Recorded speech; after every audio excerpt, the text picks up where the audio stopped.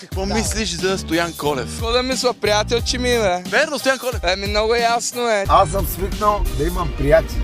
Виж, аз съм от 15 годишен на улицата, когато съм направил всичко е с контакти, с приятели, с авери. Брат за брата, генгста, мафия, шанаджийска организация, такова. Имал съм дилъри на 19 години, съм бил Пабло Ескобар в моя квартал, в моя град, Слънчев бряг, Лозенец, навсякъде маняк. Тяната ми приятел, бе. И много така имате допирни точки според мен, защото и двамата сте много интересни хора, различни.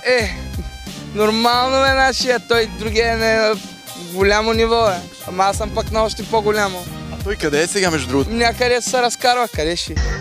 Маняк, сигурен ли си, че искаш да тръгна с вас? Много съм генгста, давай заминаваме.